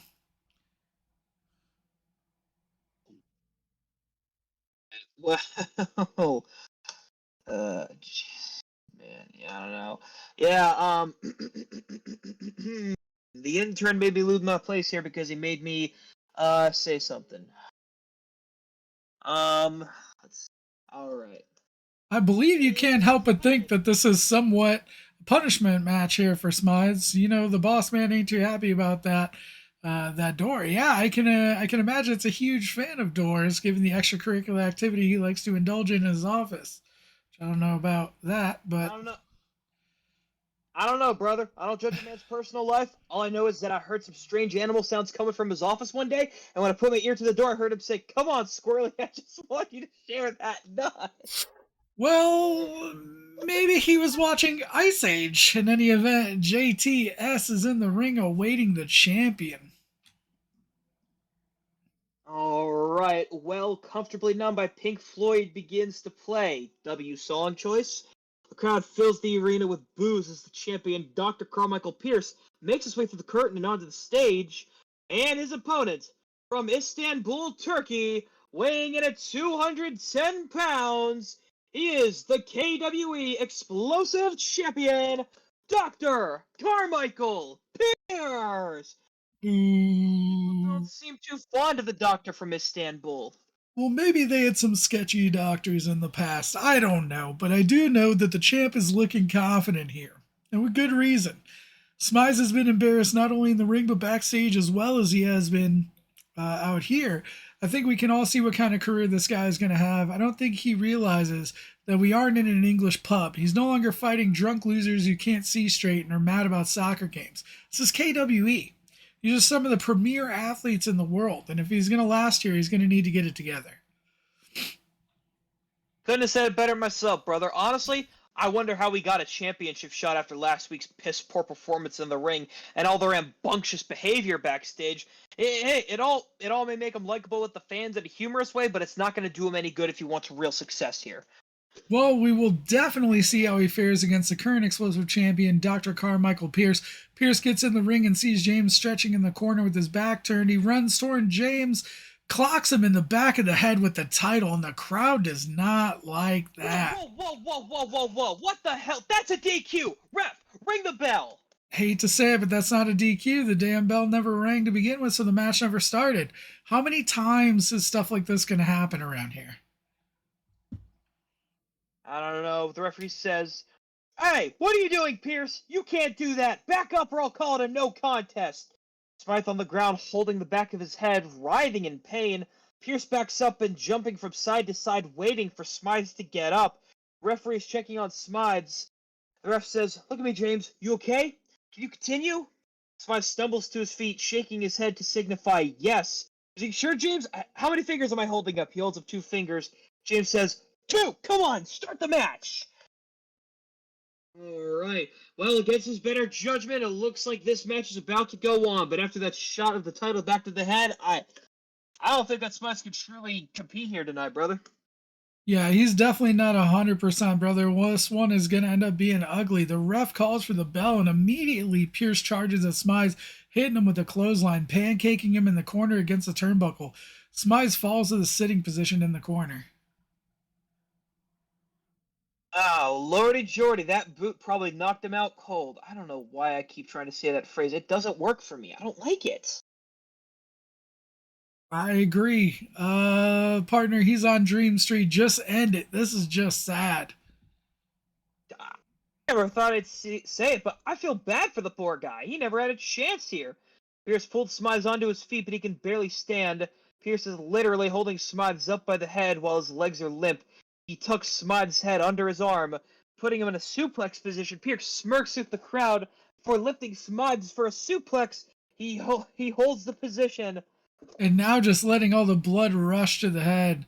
He drops Smythe, completing the stalling suplex, and goes for the pin immediately. Stalling suplex into the pin. This should be over. The ref counting 1, 2. Oh, Pierce lifts JTS shoulder off the mat, canceling his own pin. Oh, come on, you got it in the bag. End it already, damn it. Just playing with his food here, ladies and gentlemen. I don't think Smize is even fully conscious. Pierce looks at the crowd laughing, pulling Smize onto his feet again. His body and legs are even more limp than last time. He pushes him hard, causing him to stumble back into the ropes and bounce off. Pierce catches Smize with a swift but vicious super kick. That's one of his signature maneuvers. Smize falls defenselessly to the canvas, the crowd looking on in concern, and starts booing the doctor here. Goodness gracious. Ref, you gotta stop this. He's not even moving or defending himself. Come on, end this match already. Christ, Pierce grabs Smythes by the hair, attempting to pull him up again, but Smythes' legs automatically give out. He can't stand. The ref, he falls to his knees while his head is still in the clutches of Pierce. Pierce tucks Smythes' head again under his arm while Smythes is still on his knees. Pierce executes a Miz-style DDT from that position, and the crowd is irate. You can hear him. You suck. You suck. You suck. You suck. Just a chorus of boos. Now, normally I'm not one to support JTS, but this isn't right. That man is defenseless. I don't think anyone will ever second guess Pierce again, brother. This shows that he isn't taking any risks. He is desperate to keep his title. This isn't even about the title. He is simply trying to embarrass James here. And it's kind of making me sick. Smythe is on the ground, not moving an inch. The ref goes to check in on him, asking him if he can hear him. He does lift his arm, and it drops once. He lifts it again, it drops twice. He goes to lift it again, but this time he doesn't even get a chance to let it go. Pierce approaches the defenseless Smythe again and locks him in the Hell's Gate. It looks like he's finally going to finish him off. The crowd is just showering the doctor in boos. No, he's just got him locked in the Hell's Gate while the ref was checking to see if he could even continue. We need to get security involved at this point. Maybe we need to get Skunk out here. I mean, I can't do anything. I'm legally contracted not to leave my chair or to get involved in any of these matches, so I can't do anything. But someone needs to stop this. Smize hasn't gotten one drop of offense because he was hit with a series of damn cheap shots. Pierces the Hell's Gate locked in. The ref goes to check if Smize is conscious again. He lifts his arm. He lets go. Oh, Smize's hand forms into a fist, and the audience is here for it. Ooh, damn. Oh my god. Wait a minute. What the hell am I seeing? Smize lives. Oh my. How the hell is this What possible? was happening here? I can't believe it. Smize is still alive. He begins to get on his feet while still locked in the hold. A look of shock over Pierce's face. Smize finally gets to his feet and while still locked in the Hell's Gate, lifts Pierce off the ground, delivers a thunderous powerbomb pin combination. The impact forces Pierce to release a hold and his shoulders land the mat. The ref begins to count 1, 2, 3. The crowd is going insane here. My god! But it's over! New champ! I can't believe my eyes! I can barely hear you. It's so loud in here. What the hell just happened? I am absolutely speechless. You know what? If you can't hear me, let's let the ring announcer with the microphone say it. Here is your winner and the new KWE Explosive Champion, James Thomas Smides. Oh Crowd is on their feet giving Smides a standing ovation, screaming, well, I guess everything we said earlier about Smides is now a moot point. That man is your new KWE Explosive Champion, and you know what? I'm here for it. What a show of heart after a classless display by the now former champion. Indeed. Congratulations, JTS. And the referee presenting JTS with the belt, raising his hand, the smile on his face and the tears falling from his eyes. This has meant absolutely everything to him. And he runs out of the ring into the audience to celebrate with his fans. Wow, and now the celebration, as you should, sir, as you should. That man earned that title here tonight and showed us all why he's no joke. That's the type of heart that creates champions. That was absolutely an amazing display of heart. And you know, I'm one that they tend to say is a little bit cold-hearted, and that almost brought a tear to my eye. And that brings us to our main event, which is a non-title match for Hawk Henderson, our KWE World Openweight Champion, versus DT. Let's kick it over to our ring announcer. Ladies and gentlemen, your main event of the evening, scheduled for one fall. Introducing first, from Glasgow, Scotland, weighing in at 260 pounds, the Scottish Nightmare, DT.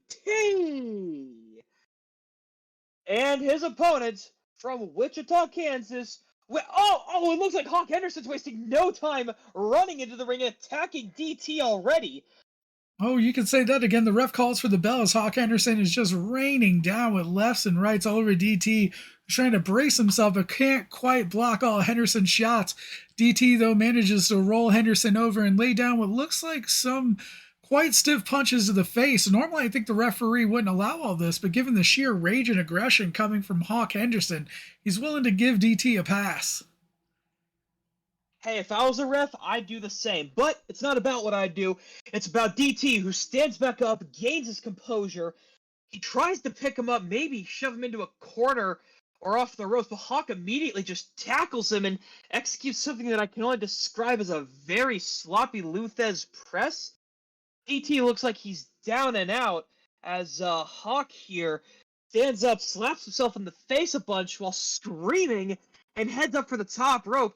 Looks like he's going for the Hawk dive, but DT gets back up to his feet and in a fit of rage shoves Hawk Henderson off the ropes and he crashes head first into the desk. Did we just witness a murder? I don't even want to entertain that idea, but we just got a world openweight champion flying through our desk here. Hawk looking like he just got hit by a bus. The referee's starting to count. Right at the count of 3, Henderson pops up like adrenaline just started surging through his body. He holds out both fists in the air and screams, but his scream is cut off as he goes bow-legged. His eyes roll into the back of his head and he falls flat on his face. The ref abandons the count and immediately rolls out of the ring to check on him. DT's look of rage, looking to turn to concern as he's unsure if he just put this man in a coma. I mean, look, I know he said I thought we witnessed a murder, but really a coma? Don't you think that that's just a bit hyperbolic? Colton, I just saw a man hit his head through the turnbuckle from the top rope. Does that not concern you? Of course it concerns me, but I'm not going to jump to conclusions faster than Sammy Guevara jumps into the arms of a new fiance every 6 months. Well, let's go over to the ring announcer. Ladies and gentlemen, the referee has officially ruled this match a no contest. I hate to end it here, folks, with us sitting here live in Indianapolis, but we see medical professionals rushing ringside. It looks like they're going to be taking Hawk to a local medical center to see what's going on here. It does not look like he's going to be leaving of his own accord. We will make sure to follow up with you through the official news sources of KWE. So be looking out for information on that. But it is not looking good for our KWE World Openweight Champion. Definitely not. Such a shame, an absolute banger of a show. And this is how it has to go out.